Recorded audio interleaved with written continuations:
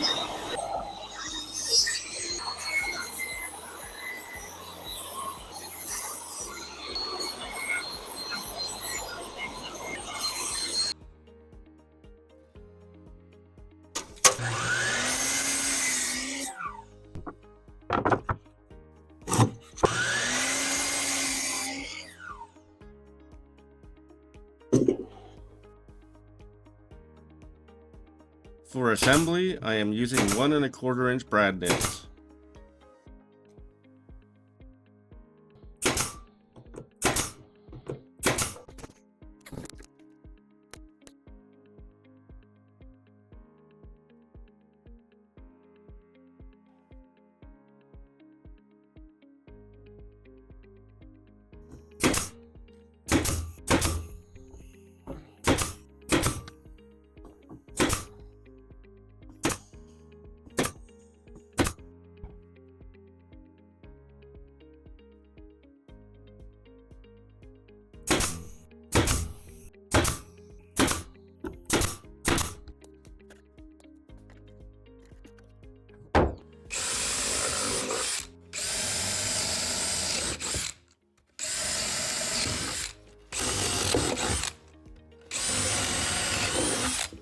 We have finished the box. Now it is time to build the legs.